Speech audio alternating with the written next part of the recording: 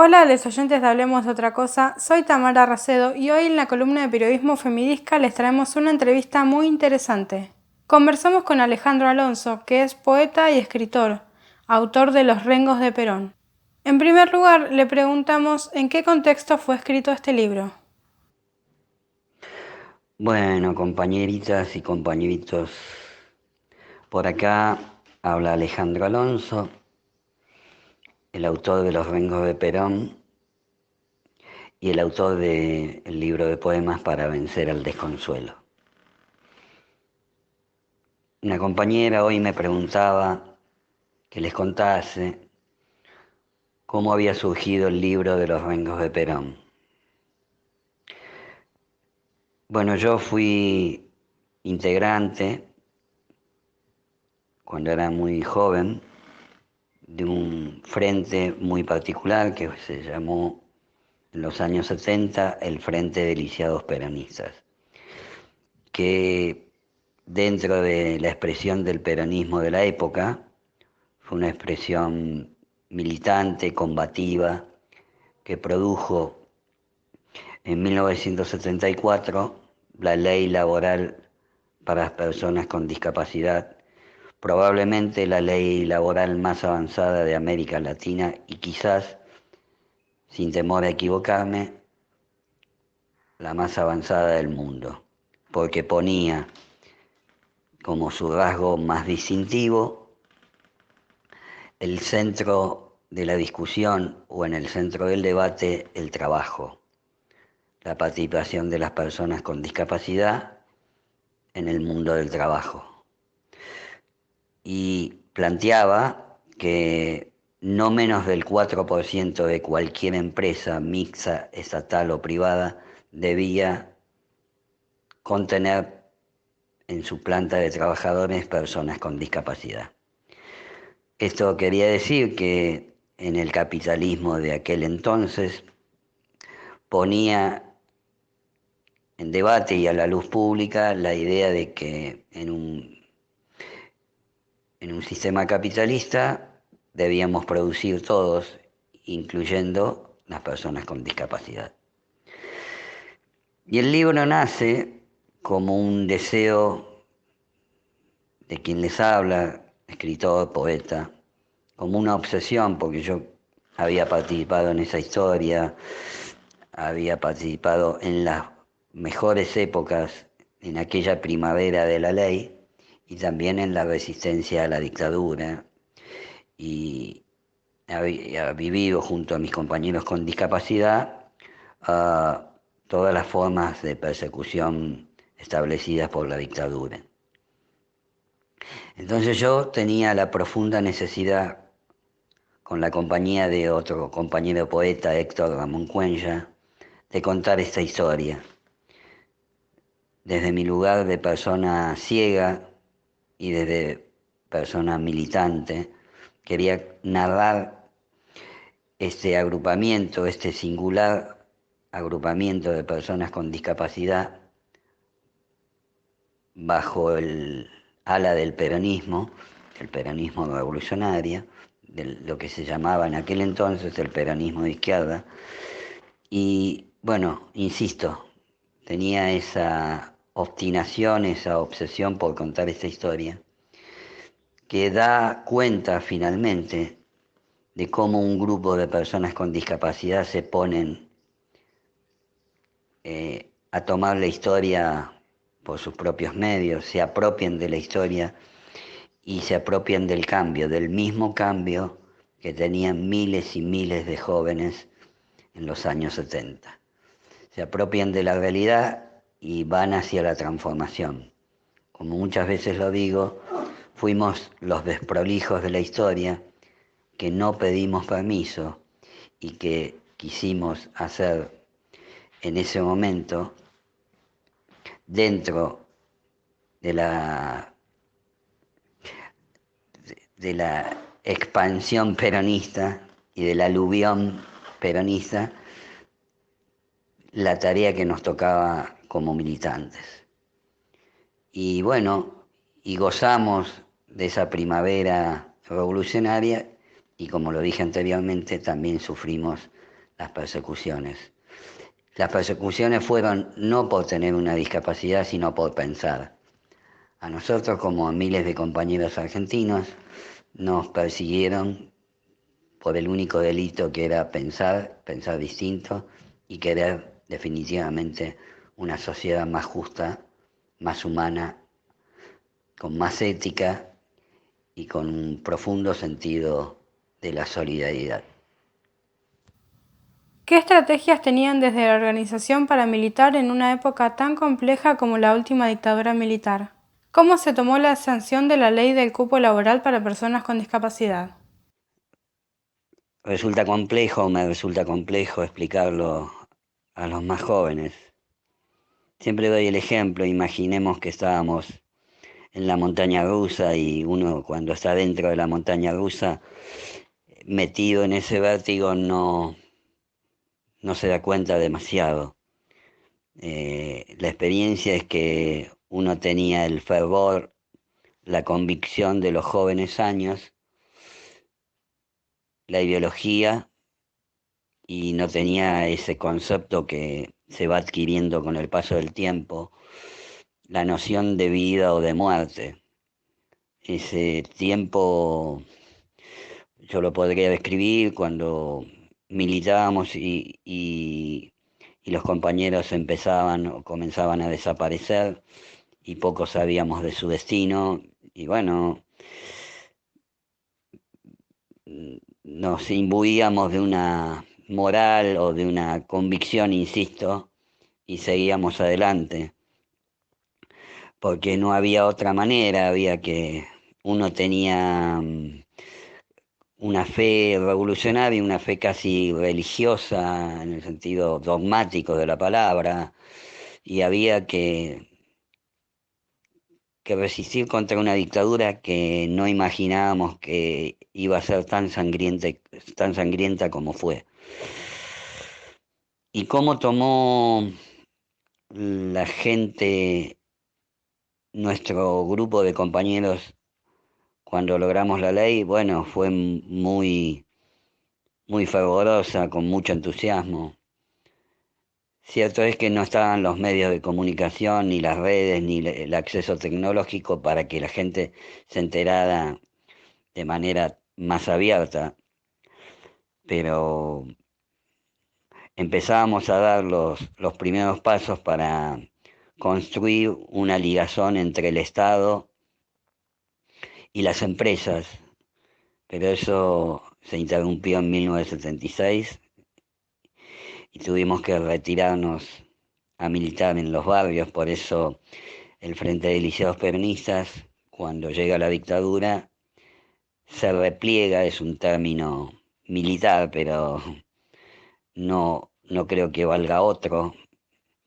Eh, se, Se retira de la escena principal, que era el servicio de rehabilitación, donde realizábamos toda la militancia y todas las actividades, y derivamos en un grupo que se llamó Cristianos para la Liberación, que respondía a la juventud peronista y que cada grupo de compañeros se instaló en un barrio distinto. Parte de la agrupación se instaló en el barrio de Floresta, otros en Morón, otros en Zona Sur. Es decir, nos desmembramos para proteger la vida y para seguir militando. Esa fue lo que sería una retirada estratégica, que aunque no salió bien, fue el intento. Insisto, explicar aquel momento no se puede explicar con otra palabra, creo, que no sea el vértigo, el empuje. Es como que hubieses estado en un tren que no para, que vos le das la orden de parar y sigue y sigue y sigue y sigue. Bueno, una aventura alocada, pero intentona al fin. ¿Qué opinás de las nuevas formas de participación política y militancia en las generaciones más jóvenes? El silencio es la sensación del abismo entre una realidad y otra. Pasaron 40, 50 años. Eh, la Argentina estuvo sometida al neoliberalismo, al vaciamiento de lo ideológico, al descreimiento de la política. Después llegó Néstor, Cristina y nuevamente la irrupción de los jóvenes en la historia y en la apropiación de la política. Claro, en aquel entonces, en los 70, los medios de comunicación no bombardeaban como lo hacen hoy. Entonces, la cosmovisión de un joven o la percepción de un joven, de verdad no la sé. Lo que sí sé es que me conmueve, me emociona cuando escucho a los pibes en la calle y me da cierta certidumbre y cierta esperanza de que las nuevas generaciones tomarán sus propias banderas, con su propia mística, con su propia luz y transformarán algo que desconozco. Mm, Seguramente, como no creo que la juventud tenga que ver exclusivamente con mi ley, pero sí es un fenómeno a tener en cuenta. El mundo se está tornando hacia la derecha y, como lo decía Nicolás Casullo hace unos años, que la batalla era la batalla cultural.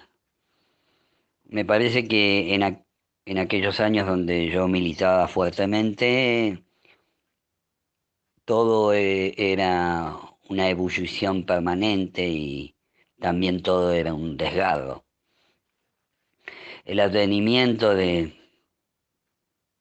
la democracia y de una democracia que aún endeble y aún con sus contratiempos es lo mejor que nos puede suceder. Entonces, contarles a ustedes, los jóvenes, qué es una persecución, seguramente no lo saben y por suerte no lo saben de manera directa. Claro, un pibe pobre en la provincia de Buenos Aires sabe lo que es la persecución, porque el único delito que cometió es ser pobre o postración de cara. Así que creo que el esfuerzo que hacen todos los jóvenes, ustedes creando, transmitiendo cultura, los pibes en los barrios, renaciendo todo el tiempo y resucitando en el mejor sentido de la palabra resurrección, como inaugurando nuevas primaveras, me parece que a mí me pone enormemente satisfecho. Y le da sentido a la lucha de nuestra generación que aún en un camino sinuoso encuentra una nueva brújula que serán ustedes, que construirán las formas que consideren, con sus aciertos, con sus desaciertos, pero lo que bien vale es el intento. ¿Qué objetivo tenías con los Rengos de Perón? ¿Y cuál fue la recepción de tu libro? Cuando uno escribe un libro es como una botella al mar, no sabe qué va a suceder con eso.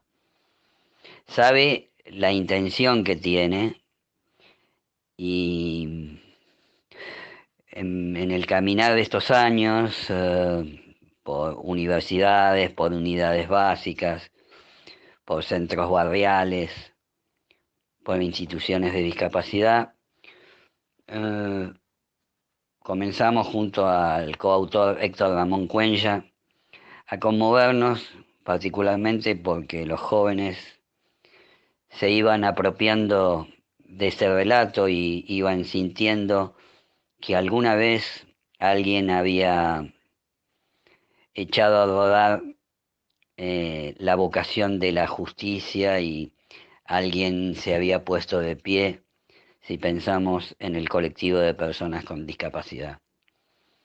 Nosotros somos, fuimos y seremos parte de una generación y de los gestos de un pueblo cuando intenta ponerse de pie. Y pagamos los costos que paga cualquier pueblo del mundo cuando intenta ponerse de pie. Pero esa huella que intentamos dejar es la señal de que colectivamente se puede construir un mundo mejor. Más allá de las contradicciones que tiene cualquier grupo cuando se junta y los conflictos, es en esa tensión de esos conflictos donde cada uno encuentra su destino.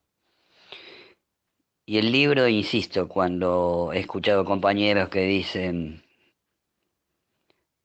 y no es un gesto de soberbia de mi parte, sino el relato emocional y cargado de conmoción, cuando algunos compañeros me dicen, uy, yo leí tu libro, estaba recién accidentado, o me llegó el libro por un tío, por una prima, y me cambió la vida, a mí me resulta exagerado, buenamente exagerado que un compañero o unos compañeros digan esto.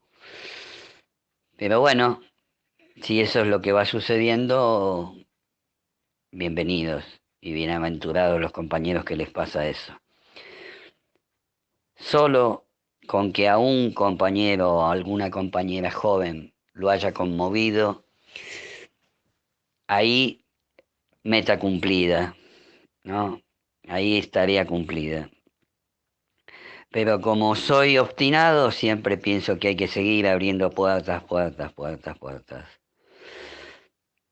Porque se sabe poco de las personas con discapacidad y de su situación general, y se sabe poco de esta historia. Y no es una casualidad que se sepa poco, porque esta historia no solo habla de nosotros como personas con discapacidad, sino que también pone en tela de juicio y en tensión todos los habitantes de este país que aún sin discapacidad eh, no resistieron ni participaron en política.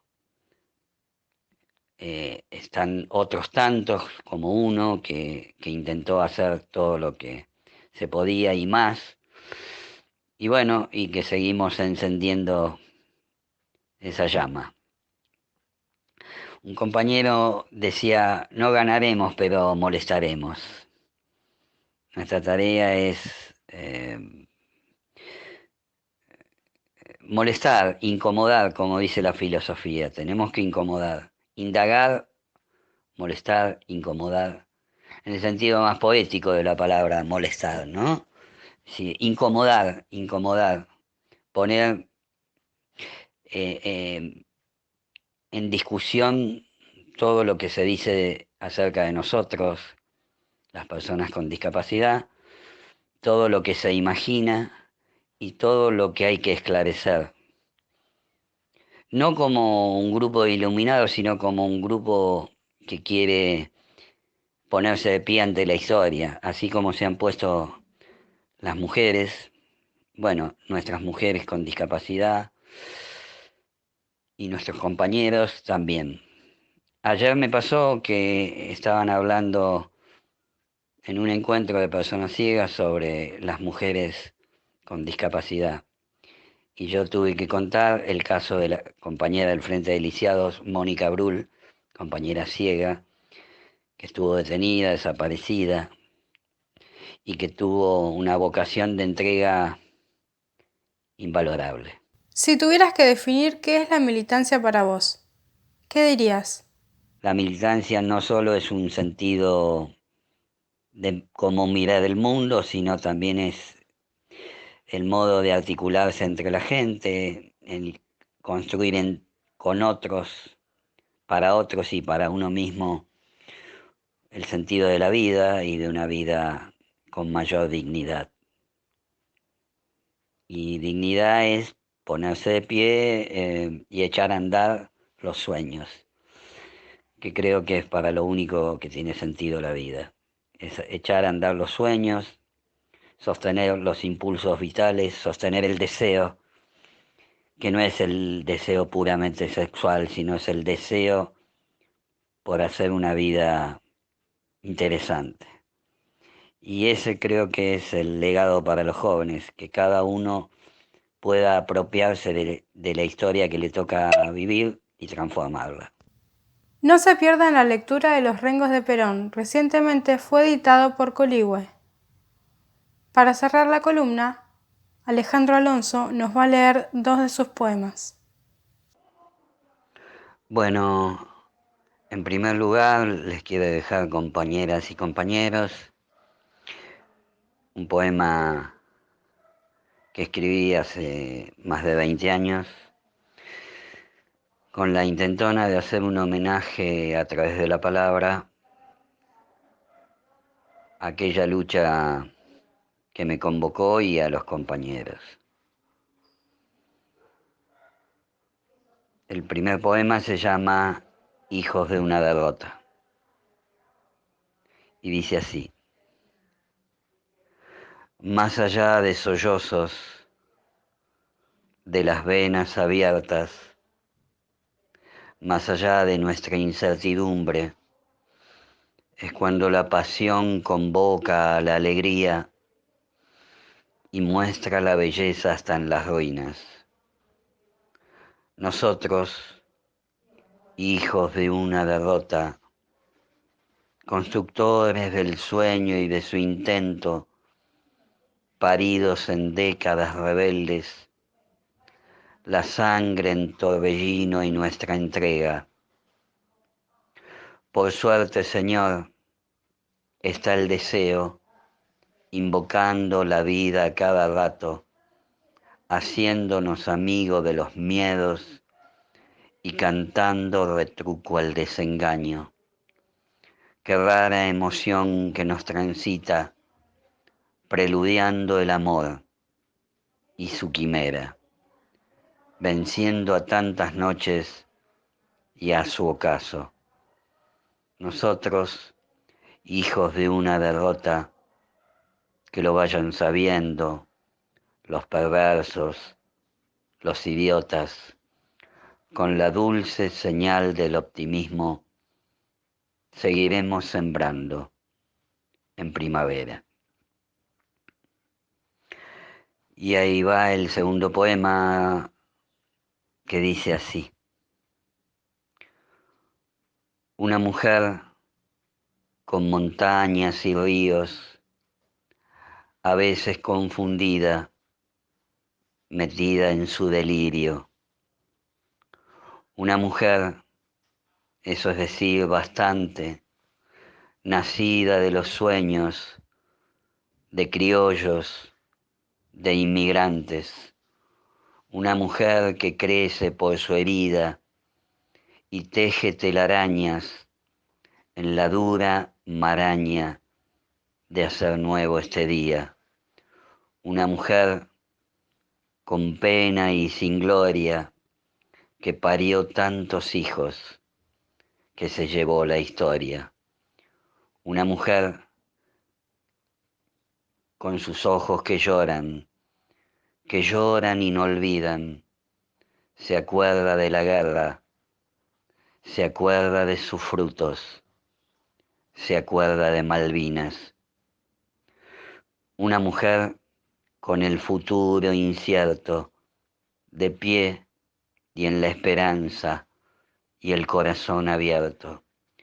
Una mujer que cree todavía en la dulce elegía de conquistar el vuelo. Una mujer que va mezclando sueños, que nunca fue de nadie y siempre tuvo dueño. Esa mujer, mi patria, y mi patria es el pueblo. Este último poema se llama Retrato de la Patria y está en mi primer libro de poemas, que se llama